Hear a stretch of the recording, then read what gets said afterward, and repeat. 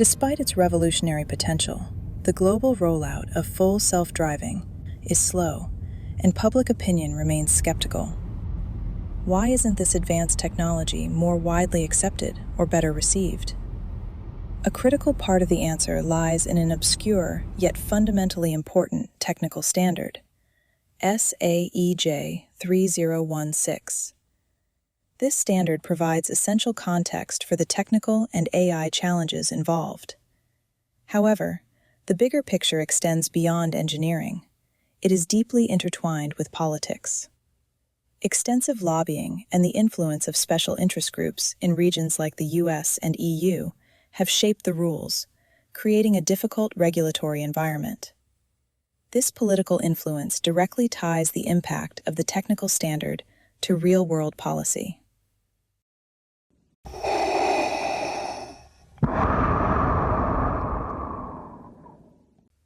SAEJ 3016 is a standardized classification system, a common language, for the automated vehicle sector. Concepts that are now ubiquitous in the industry, such as the 6 levels of autonomy and the foundational arguments in the LiDAR versus vision debate, trace their origins directly to this document. Established in 2014 through a collaboration among major traditional automakers, their suppliers, and tech giants like Google, later Waymo, the standard has undergone major revisions in 2018 and 2021. Notably, Tesla, the developer of the most advanced system, FSD, was not a participant in the SAE committee. Although the document itself is non-binding regarding technical specifications or legal liability, it quickly became the indispensable global framework as regulatory bodies began adopting it as a standard. The flaw in the framework. The J3016 framework, while neutral in its design, gained powerful authoritative status when global regulators incorporated its levels and terms, such as the Operational Design Domain, ODD, the reliance on LiDAR and geofencing, and a modular software architecture, directly into formal safety and certification mandates. Herein lies the core problem. The model presented in SAEJ 3016 is fundamentally flawed. It was based on the best available technology at the time of its creation, not on a proven, scalable engineering pathway, yet it is now treated as one.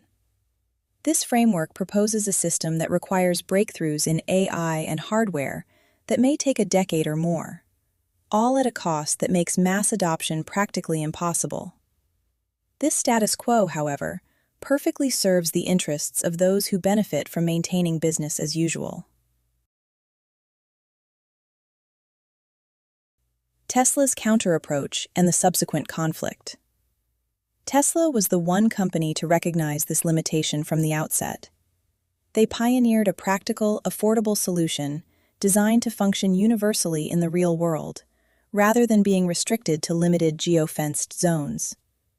Starting with a basic ADAS, near SAE Level 2, they consistently drove its evolution toward their ultimate goal, full self-driving, FSD, a true automated system intended to replace a human driver in all situations, without the burden of a $150,000 plus price tag.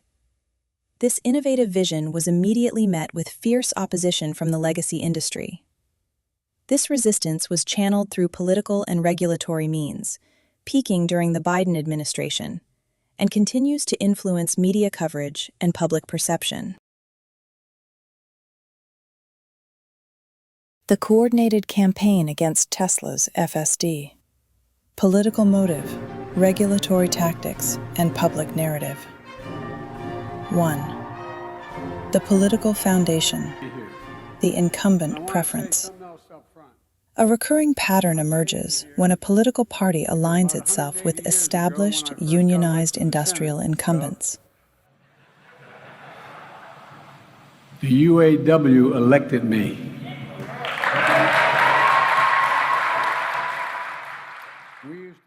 The administration in power often establishes a clear political and industrial preference for these legacy entities over a disruptive, non-unionized market and technology leader. This motive, prioritizing political allies over pure market or technological leadership, forms the foundation for a multi-front campaign. It is typically broadcast through unmistakable public signals, such as the 2021 EV Summit snub. Tesla was conspicuously excluded from a White House summit on electric vehicles, while all major legacy competitors, GM, Ford, Stellantis, and the United Auto Workers, UAW, union were invited. The president is deliberately leaving Tesla out of the conversation? This is a tricky one, Em. I mean, look, it's actually quite clear. This is politics. According to White House sources, Joe Biden's made no secret about his support from the unions, and he needs that union support. Michigan is a state where the Democratic Party can win. GM and Ford are legacy automakers with a long and rich history of union assembly workers, and Tesla's not. It pays its workers really well through equity compensation. But, Biden is clearly looking at this thinking, okay, I need the support of the traditional base that work at these companies. And that's kind of what we're hearing from the White House sources we're speaking to. I write in the book that I thought it was a big mistake to not invite Elon Musk when we did a big EV event. I mean, here he is, the major American manufacturer of extraordinary innovation in this space. And the fact that he was not invited was just on merit. When a president of the United States, I believe, has to put aside political loyalties when they get in the way of what is actually and should be a source of pride for us as Americans that we're creating that technology and innovation. Not long after that, Hello, Detroit! Biden went out of his way to credit GM with leading the electric vehicle revolution. You electrified the entire automobile industry. I'm serious. You led, and it matters. This sent a stark political message about which entities the administration viewed as legitimate partners.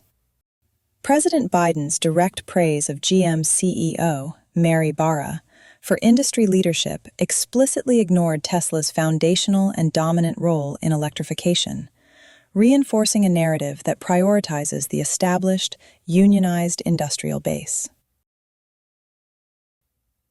2. The regulatory mechanism. Weaponizing standards via political appointees. This political motive was operationalized through politically appointed officials in key regulatory agencies.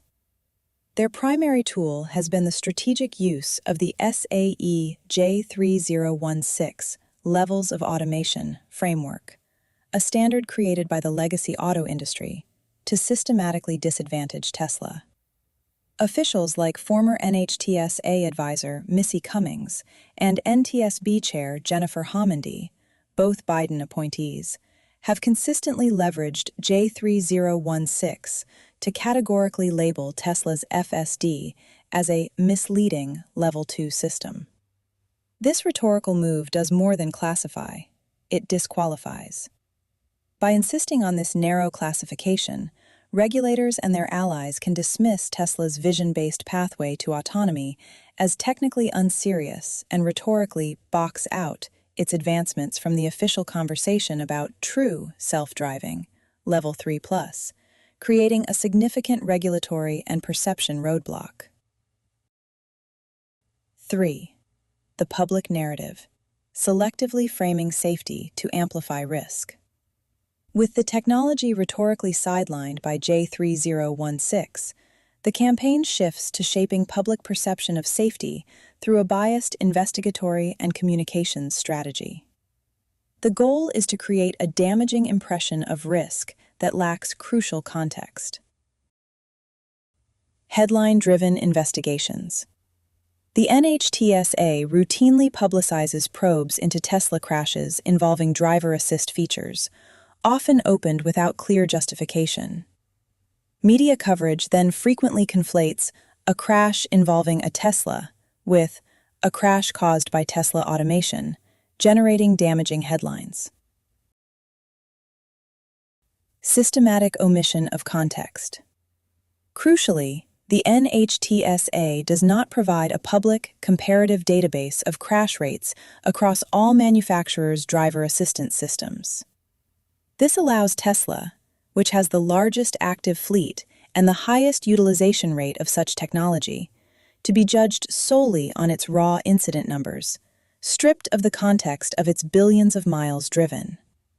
Despite Tesla's own published data showing a superior safety record compared to the national average, a narrative of uniquely significant or alarming numbers is artificially sustained. Conclusion: a coherent, multi-front campaign. These elements are not isolated. They form a coherent pattern. A political motive to favor legacy, unionized automakers. A regulatory tactic using a legacy-derived standard, executed by political appointees, to disqualify Tesla's technological approach. A public narrative that selectively amplifies incidents while withholding the comparative data needed for fair public assessment.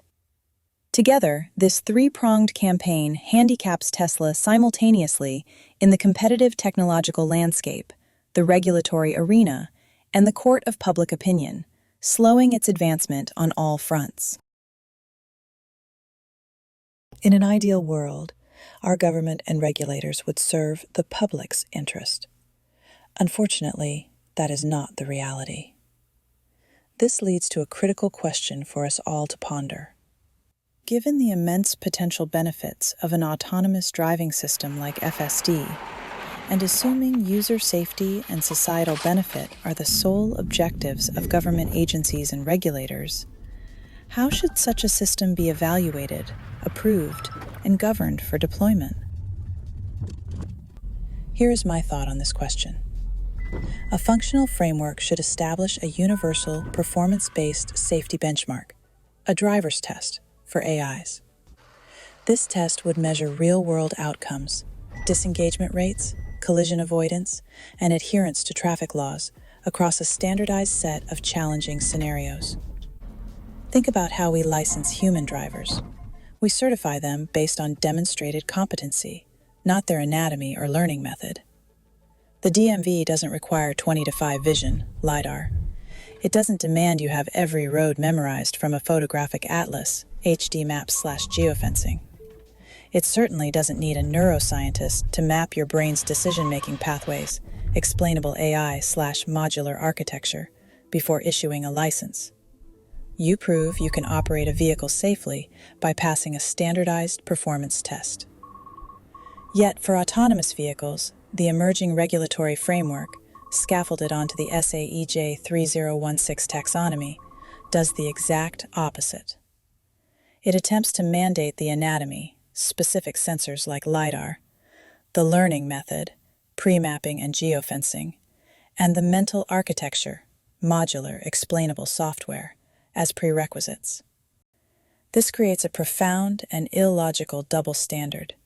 Human driver certification, performance-based. Can you drive safely here and now?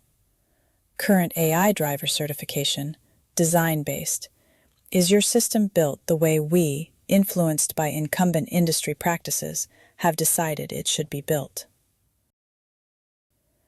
This regulatory approach is not only restrictive but fundamentally flawed if the true goal is to develop a highly competent driver, not merely a vehicle that follows bureaucratic rules.